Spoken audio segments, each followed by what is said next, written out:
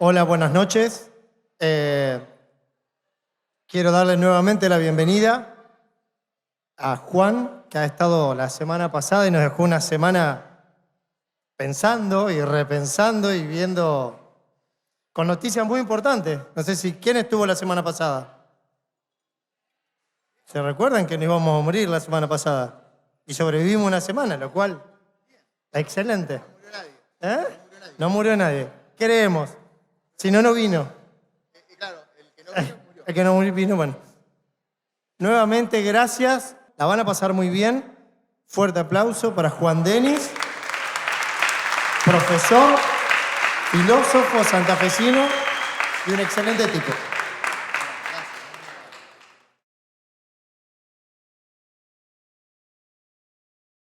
Buenas noches, muchas gracias nuevamente por venir. Me alegra muchísimo que muchos de los que vinieron la semana pasada estén nuevamente acá, así que gracias por estar.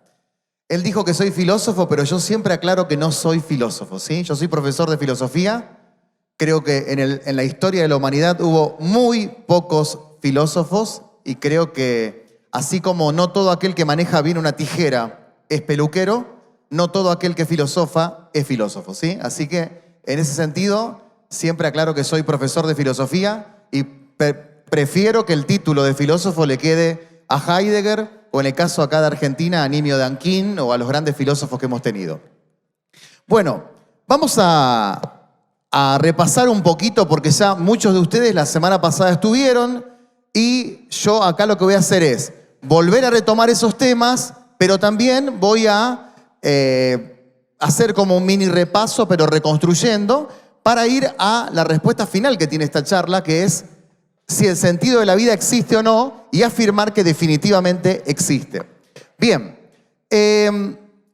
vamos con la primera de las diapositivas, porque esto es lo que hablamos la semana pasada y me alegra muchísimo que la mayoría de ustedes hayan estado. ¿Recuerdan ustedes que yo les decía que el sentido de la vida no es una vocación? O no tiene por qué ser una vocación. De hecho, les conté que quise ser arquero de fútbol y no lo pude lograr porque me hicieron 5 goles en el primer partido, colgué los guantes y ya está, me dediqué a otra cosa, ¿sí? Incluso en el video de YouTube mucha gente comentó, ese video ya está colgado en mi canal que se llama Filosofía en Minutos, comentó esa situación contando que a ellos les pasaron cosas también parecidas cuando eran chicos, ¿no? La idea de soñar con algo que después no lográs. Lo primero que dijimos es que precisamente tu vocación no es el sentido de la vida, por ahora. También dijimos que si no tenés un sentido de la vida, no vas a poder encarar ni un segundo de tu vida, porque la persona que no tiene un sentido de vida simplemente permanece. Hay una canción muy linda que dice, eso de durar y transcurrir no nos da derecho a presumir porque no es lo mismo que vivir, honrar la vida. O sea, se puede durar y transcurrir, pero eso es sin sentido de la vida. No es lo mismo permanecer, levantarte todos los días, ir al trabajo, fingir que te divertís y demás. No es lo mismo eso que realmente el sentido de la vida. Después, el sentido se vinculaba, esto lo trabajamos también la semana pasada, directamente con nuestra condición mortal. O sea, si nosotros fuéramos inmortales, no nos plantearíamos el sentido de la vida. Es más, hay un cuento de Borges que se los recomiendo, que se llama El Inmortal, que precisamente es una tribu de inmortales. Es decir, es un montón de gente que no se va a morir nunca y que vive en comunidad sabiendo que no se va a morir. En ese lugar ocurren varias cosas. Lo primero que ocurre es que la gente no se saluda. ¿Y por qué no se saluda? Porque saben que sí o sí van a volver a encontrarse. Y otras cosas que van desarrollando esas personas, la desarrollan desde el desdén. Porque el desdén es lo que el ser humano haría, o sea, el no importarte nada, es lo que el ser humano terminaría haciendo si fuera inmortal. Así que en algún punto podemos decir que la muerte es, entre comillas, una buena noticia, porque lo que hace es marcar el compás de tu vida. Vos vas al preescolar a los 4 y 5 años, porque suponemos que la vida tiene una determinada cantidad de años. Vos vas al colegio secundario a una determinada edad, porque calculás que a determinada edad tu vida se va a terminar. Si viviéramos 800 años, probablemente empezaríamos la escuela a los 200 años de vida, ¿sí? Bueno, Y después dijimos también que el sentido de la vida es imprescindible. Una persona que no encuentra el sentido de la vida directamente pierde la fuerza de vida. Así que para seguir viviendo, y si seguís viviendo y si tenés ganas de seguir viviendo, es porque tenés un sentido de tu vida. Es más, el sentido de la vida es la respuesta a la pregunta ¿por qué querés seguir viviendo? Esto es lo que nosotros vimos la semana pasada. Ahora vamos a arrancar ya con algunas ideas nuevas. Pasamos la primera diapositiva. Bien, vamos a diferenciar dos cosas porque estamos en una época donde, por lo general, se confunde el propósito de vida de un ser humano con el sentido de la vida de un ser humano. Es muy interesante porque uno puede levantarse todos los días con un propósito en ese día y eso no significa que sea un sentido de vida. Esto puede aplicarse tranquilamente al amor, por ejemplo. Vos te levantás con el propósito de ir a visitar a la persona que te gusta o con el propósito de construir una casa con otra persona. Eso es un propósito. No significa que sea el sentido de tu vida. Es uno de los tantos objetivos que tenés. Es más, también tenés propósitos laborales. O sea, quiero tener determinada cantidad de trabajo para poder conseguir determinada cantidad de dinero y sobrevivir.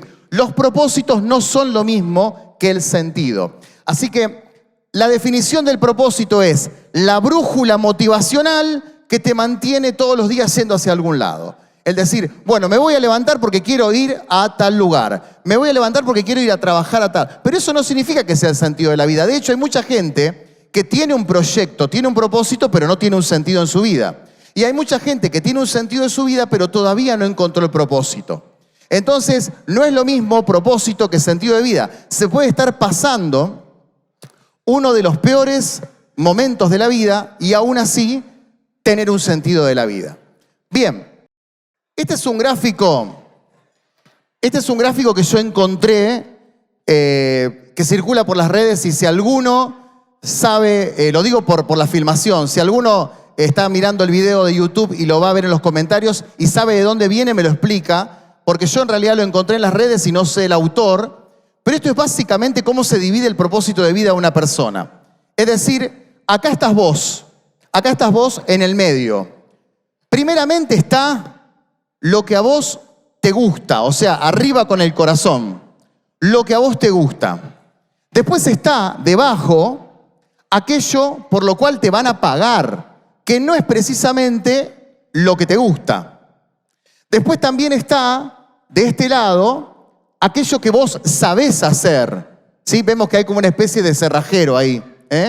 Y también del otro lado está lo que el mundo realmente necesita que vos le aportes con tu vida. O sea, son 4 cosas radicalmente distintas. A vos te puede gustar algo, pero nadie está dispuesto a pagarte por ese algo.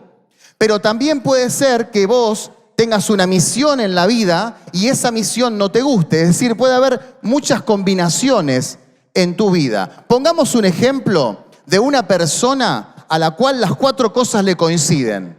Pasemos a la otra diapositiva. Acá está Paul McCartney. No sé si lo conocen, por si alguno no conoce los Beatles, Paul McCartney es uno de los 4 Beatles, es el que hizo las canciones más conocidas de los Beatles y es en lo personal de los 4 Beatles mi preferido. Vieron que todos tenemos un Beatle preferido. Están los que le prefieren a Harrison, los que prefieren a Lennon. A mí siempre desde chico me gustó más Paul McCartney y es muy sencillo, tiene que ver con esto que te estoy por explicar ahora. Una vez en una entrevista a Paul McCartney le preguntaron por qué de los 4 Beatles él era el que menos había padecido la fama. O sea, todos sufrieron la fama, todos realmente la pasaron bastante mal, todos tuvieron serios problemas, pero el que menos padeció la fama fue McCartney. Y él dijo, porque yo no nací para otra cosa que no sea subirme a un escenario. Yo desde que me subí a un escenario hasta que los Beatles fueron los Beatles, lo único que sé hacer es subirme a un escenario. Incluso dio la casualidad que la vida lo premió, pero si Paul McCartney se hubiese dedicado a otra cosa, probablemente hubiese sido una persona infeliz.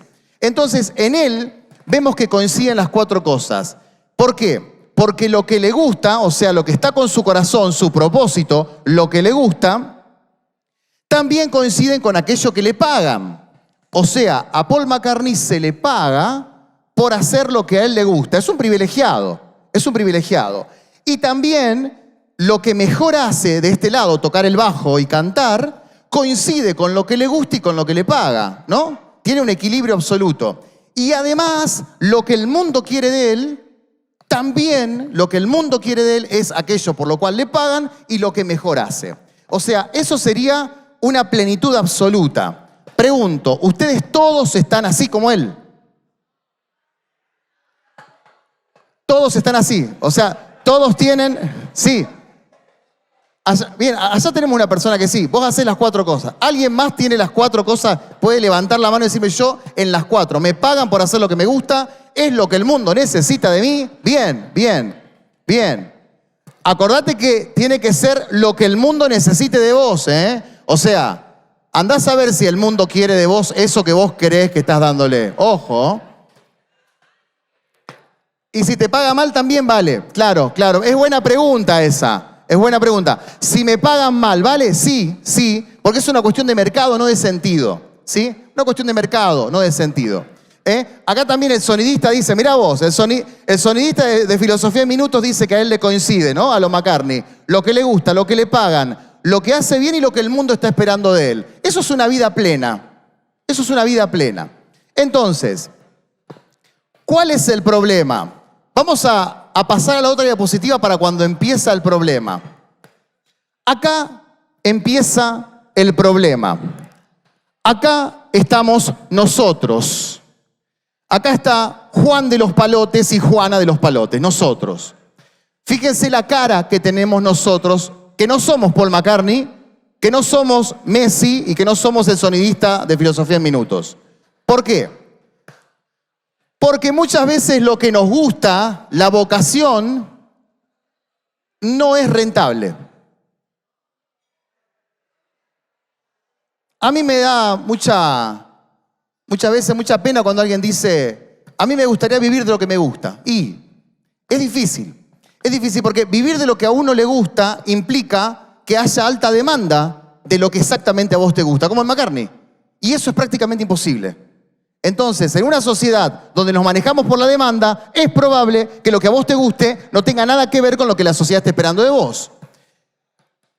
Después tenemos, con la misma cara de enojado siempre nosotros, un trabajo. Es decir, un lugar al que vamos a cumplir horario o un servicio que prestamos medio de mala gana pero con fuerza, a cambio de un dinero para poder sobrevivir. Fíjense que no es lo mismo que la profesión. ¿Por qué? Porque la profesión es el trabajo más lo que sé hacer. No más el talento, ¿eh? No más el talento. O sea, el trabajo más el saber hacerlo. Tranquilamente yo puedo estar barriendo y me pagan y barrer mal. ¿Sí? Soy un profesional cuando lo hago bien, cuando lo hago con conciencia de lo que estoy haciendo. Y por último, la misión.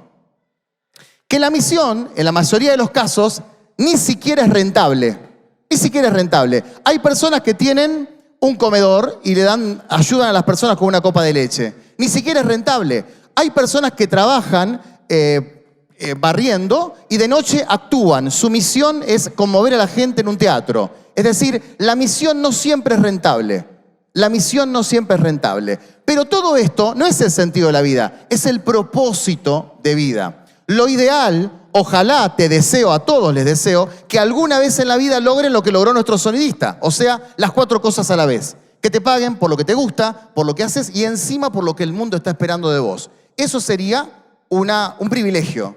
Sería un privilegio, ¿sí? Vamos a avanzar una más para seguir desmenuzando este tema. Vamos a repasar como dice acá. Primero y principal, el propósito es la brújula motivacional. Es la brújula, o sea, aquello que a mí me mueve todas las mañanas para hacer algo. Si estoy en el trabajo, lo que me mueve es ganar dinero. Si estoy dentro de mi misión, lo que me mueve es ir a ayudar a la gente. Y si estoy dentro de mi vocación, lo que me mueve es ir, no sé, cantar, pintar, escribir, lo que sea. Cuando aparecen los malos momentos de la vida, esos momentos en los cuales uno quiere tirar todo, o sea, tenés un emprendimiento y querés con ese emprendimiento dejarlo. O cuando vos decís, mirá, me puse un kiosco en mi casa y no viene nadie. O cuando tenés un negocio y te lo asaltan. Cuando aparecen los peores momentos de la vida, las personas siguen, sí, solo sí, solamente si tienen un propósito. Si no, no van a seguir. ¿Por qué? Porque la cantidad de cosas malas que nos pasan son suficientes como para eliminarte tarde o temprano en una carrera larga. Entonces, la única forma de que vos continúes con algo es si tenés un propósito dentro de lo que haces. Si lo que haces es simplemente coleccionar días, no vas a lograr nada a largo plazo porque lo largo plazo implica un propósito. Además, eso sería la brújula motivacional, el propósito. Pero dijimos que esta charla es sobre el sentido, o sea, el porqué de toda la existencia. El porqué de toda la existencia es el sentido. Es decir, la causa motriz de todas las cosas es el sentido. Avanzamos dos ahora. Avanzamos dos. A lo largo de la historia de la humanidad, esto hay que reconocerlo, el sentido no se considera como se consideró hoy el sentido. O sea, hay que reconocer que la historia de la humanidad al problema del sentido de la vida lo resolvió mucho más rápido que nosotros en el siglo XXI.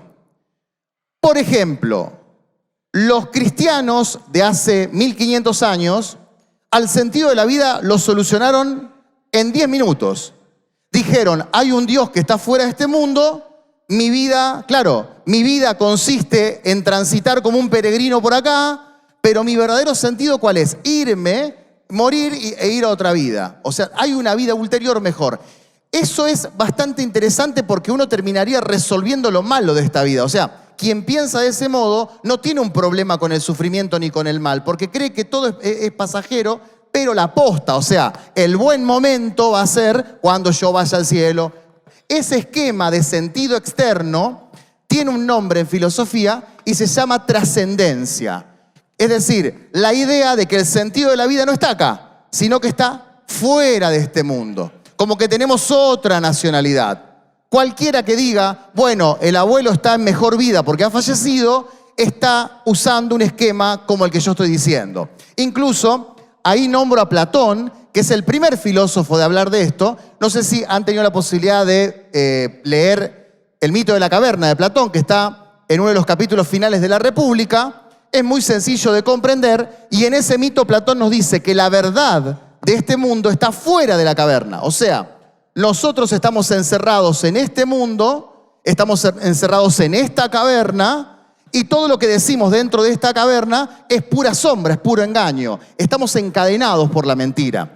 La verdad está fuera de la caverna. Entonces, cuando salgamos fuera de la caverna encontraremos el sentido y regresaremos a explicarle a los demás cuál es el sentido. Acá se entiende por qué Platón decía algo que a los universitarios le habrán preguntado muchas veces, la idea del rey filósofo. O sea, ¿por qué Platón quiere que gobiernen los filósofos? Porque son los únicos que salen de la caverna.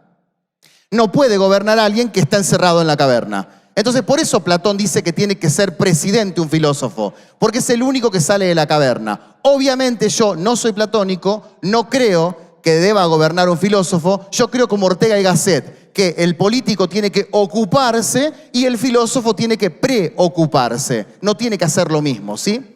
Bueno, y tenemos también otra postura abajo, que no es la platónica ni la cristiana, que es creer que no hay sentido de la vida. Esto en filosofía se llama nihilismo. Nihilismo. Y el más famoso de los filósofos que se identifica con el nihilismo, que en realidad no es nihilista, pero se identifica con el nihilismo, es Friedrich Nietzsche. Es un filósofo muy dibujable. Yo siempre cuando me preguntan en la entrevista cuál es el filósofo que más rápido aprenden los chicos, Nietzsche. ¿Por qué? Porque es dibujable, porque es fácil hacer un meme con él, porque dice frases muy buenas y porque la mayoría de sus escritos son en párrafos. Entonces, para Twitter es lo mejor que hay y es un filósofo que realmente dice cosas impactantes en poco contenido. Ese filósofo, después de hacer todo un análisis sumamente interesante que escapa a lo que estamos hablando acá, dice que irremediablemente la sociedad del siglo XIX y del siglo XX termina en el nihilismo. ¿Y qué es el nihilismo? Una enfermedad. Y esa enfermedad consiste en creer que nada tiene sentido y que estamos acá con el mismo destino que cualquier otro animal. Eso sería a grandes rasgos lo que sería creer que no existe el sentido. Y la verdad que si bien tengo que salvar y decir que Nietzsche no es nihilista, hay que reconocer que el creer que la vida no tiene sentido ilumina y oscurece a muchísima gente en la actualidad. De hecho, si uno empieza a profundizar en algunas estadísticas acerca de cómo se siente el ser humano del siglo XXI, es un poco desesperante como estamos. Cada vez tenemos más avances tecnológicos, cada vez tenemos más posibilidades de comunicarnos, cada vez tenemos más posibilidades de vivir bien y con confort y de estar relajados, y cada vez hay más depresiones, cada vez hay gente que está peor. Esto tiene que ver con la ausencia del sentido. En otro de los monólogos que ustedes pueden ver en YouTube, yo dije lo mismo que voy a decir ahora. Hay una canción de Los Redonditos de Ricota que dice: yo voy en trenes, pero no tengo dónde ir. Yo voy en trenes, pero no tengo dónde ir. Eso es la sensación de nihilismo del siglo XXI. Es decir, tengo el avance tecnológico, pero no sé qué hacer con el avance tecnológico. Tengo el auto que me lleva, pero no sé cuál es el destino al que voy con el auto. Tengo la facilidad de comunicarme con Internet al mundo entero, pero no sé qué buscar en Internet. Eso tiene que ver más con una necesidad existencial que con tener muchas cosas. Podríamos decir que todo lo que podamos lograr en los próximos 30 años va a desnudar mucho más nuestras angustias existenciales y nuestro nihilismo. Porque cada vez va a ser más fácil todo, cada vez va a ser más técnico todo, cada vez vamos a poder automatizar más todo y cada vez vamos a estar peor si no encontramos el sentido. Cuando hablamos de un sentido por fuera, te dije cristianismo, te dije Platón. Cuando hablamos de no sentido, te dije Nietzsche, te dije los filósofos ateos del siglo XX. Ahora te voy a hablar de la posibilidad de encontrar el sentido acá. Ni afuera, ni no. O sea, acá. Y acá aparece la imagen de un libro que creo que es uno de los libros más leídos que ha tenido la humanidad, que es el libro de Viktor Frankl, que se titula El hombre en busca de sentido.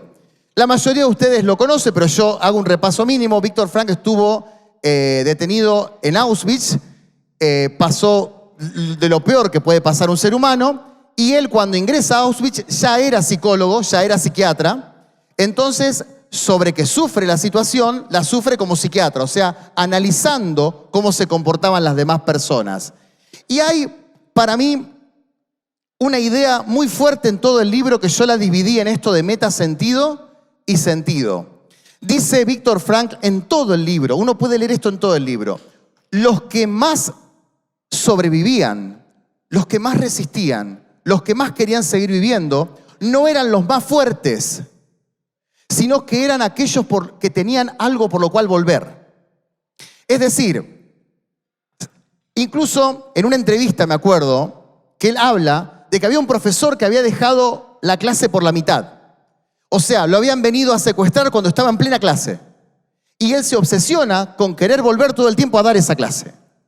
¿Por qué? Porque el ser humano tiene más fuerza de vida cuando encuentra un sentido que cuando tiene fuerza física natural.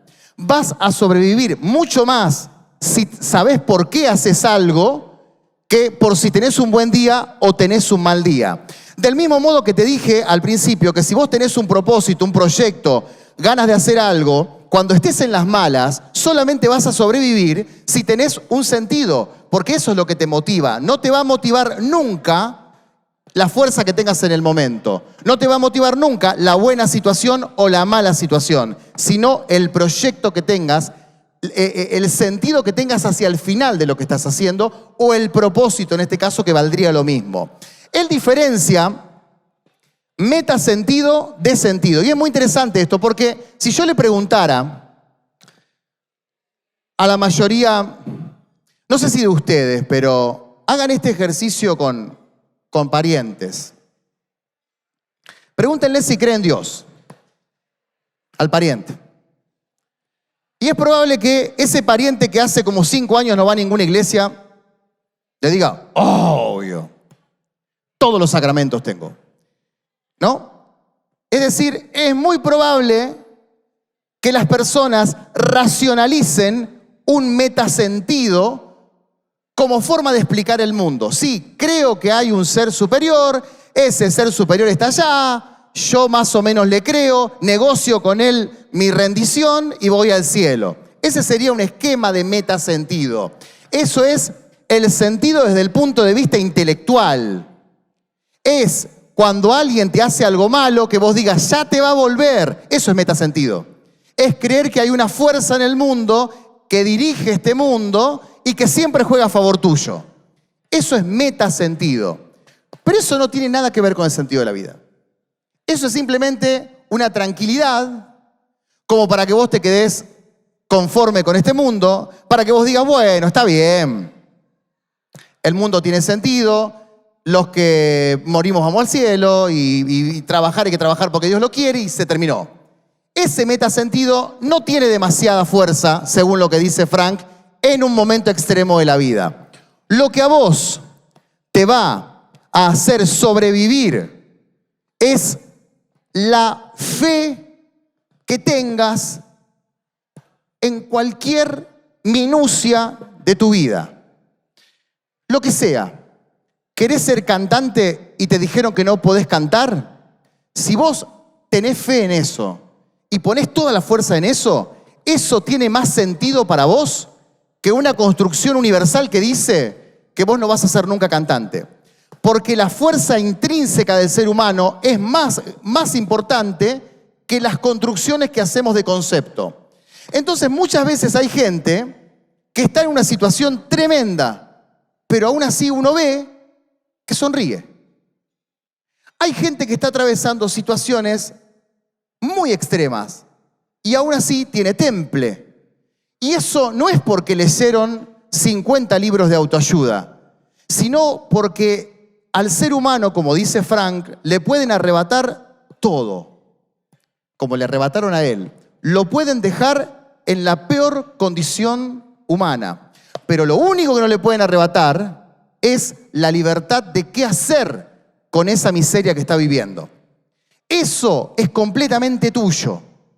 Eso no es ni del que te hizo mal, ni del que te agrede, ni de la situación de tu vida. Es completamente tuyo. O sea, vos podés estar viviendo el peor momento de tu vida. Podés estar completamente destrozado, pero nadie va a poder quitarte ese margen de libertad tuyo de hacer algo con eso. Hay un filósofo francés que se llama Jean-Paul Sartre que lo dice en una frase. Dice, somos lo que hacemos con lo que ya han hecho de nosotros. Es decir, hicieron de mí esta persona así, así, así. Hicieron de mí esta persona que tiene estos problemas. El barrio hizo de mí esto que soy ahora. Pero lo que definitivamente soy es lo que yo hago con lo que ya han hecho de mi persona. Fíjense que si sumamos lo que venimos viendo ahora, o sea, el propósito más el sentido, casi que podríamos decir que terminamos en una palabra que es un poco incómoda porque es muy extremista en la actualidad, y es la palabra felicidad.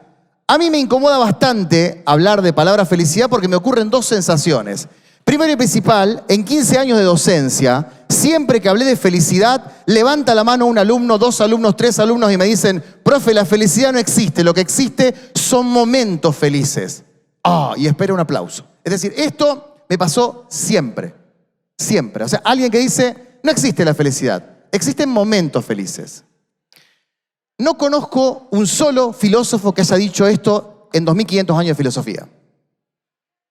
¿Creer que la felicidad dura un segundo? No, nadie lo dijo. O sea, por lo menos no tengo el texto. Si alguien tiene el texto, me gustaría que me lo diga.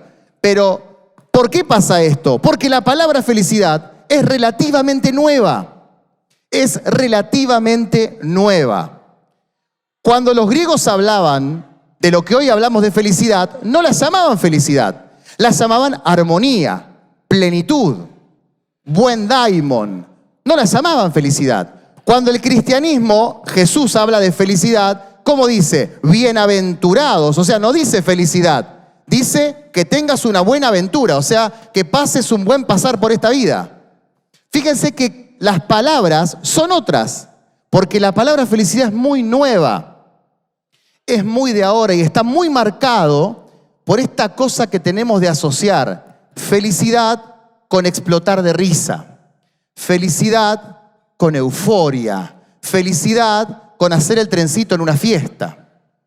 Es decir, no es felicidad una palabra de los principios de la filosofía, sino que es una palabra de ahora, de estos tiempos. Entonces, el peligro que uno puede ver acá es que cuando uno suma propósito más sentido, puede creer que está ingresando en una especie de felicidad. Pero vivimos en una sociedad que eleva la felicidad a categoría de orden. Entonces esto agudiza mucho más.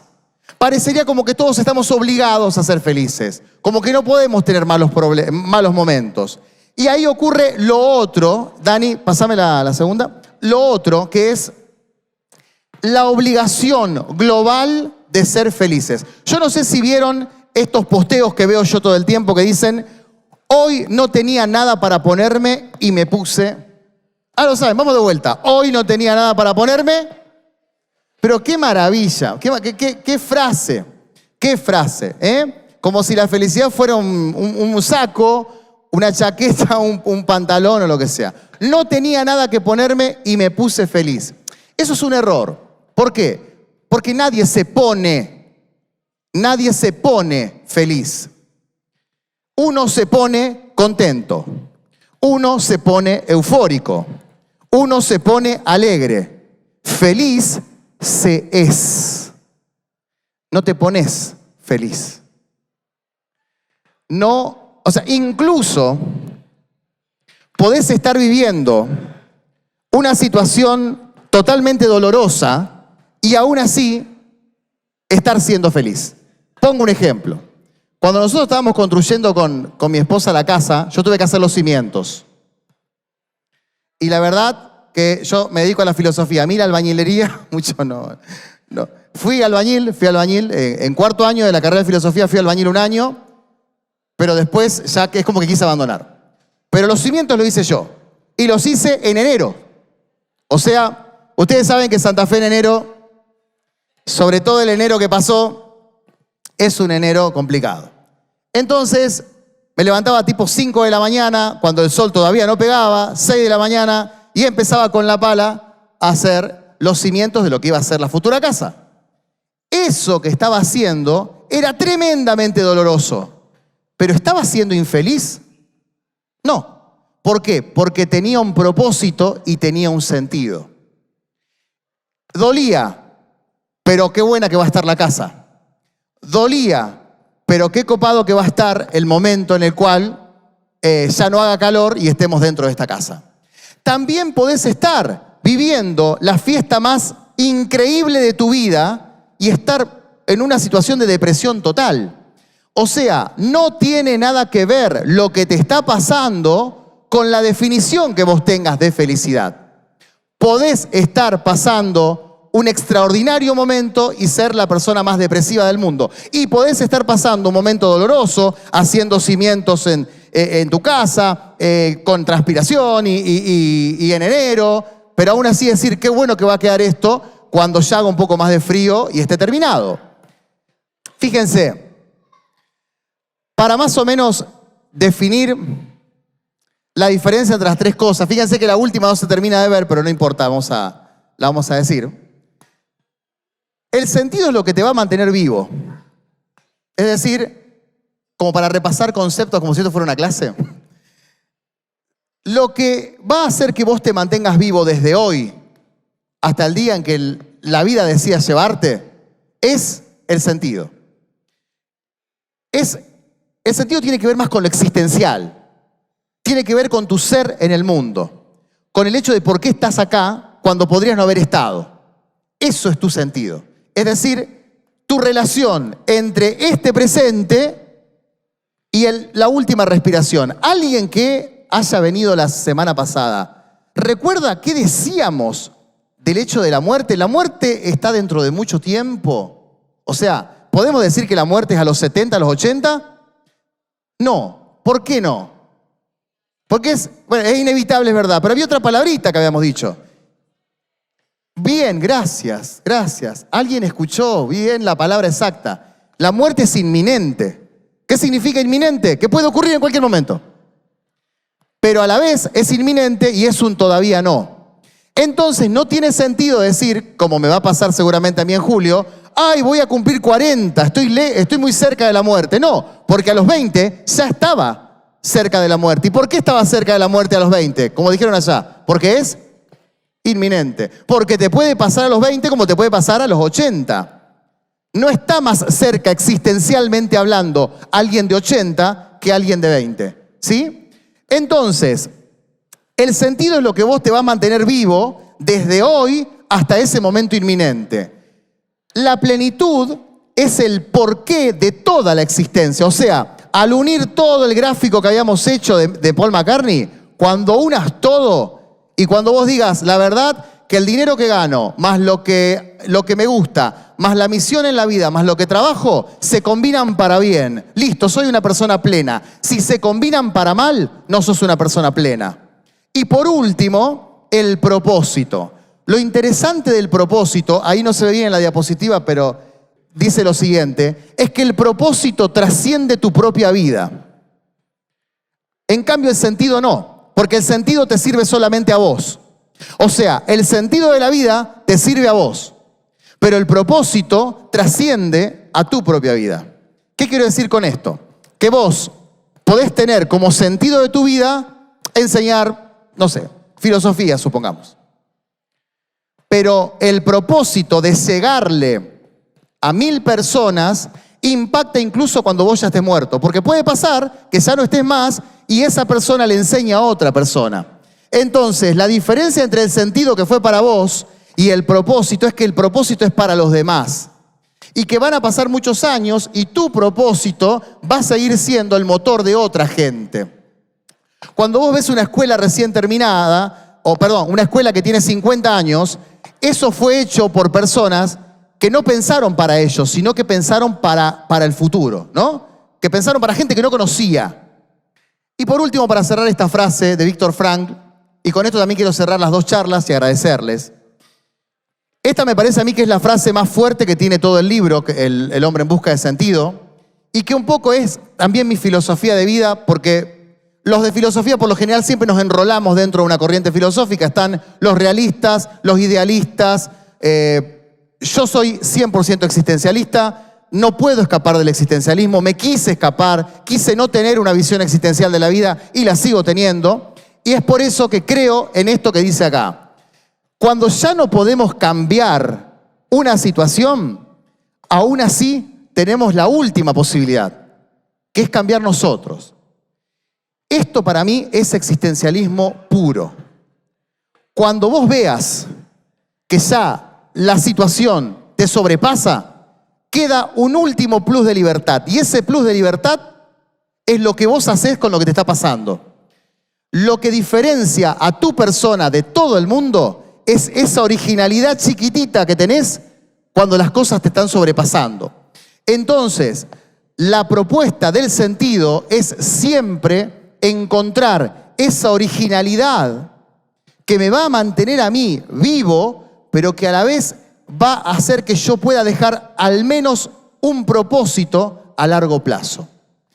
Les agradezco muchísimo, han sido muy amables. Gracias por haber estado en las 2. Chao.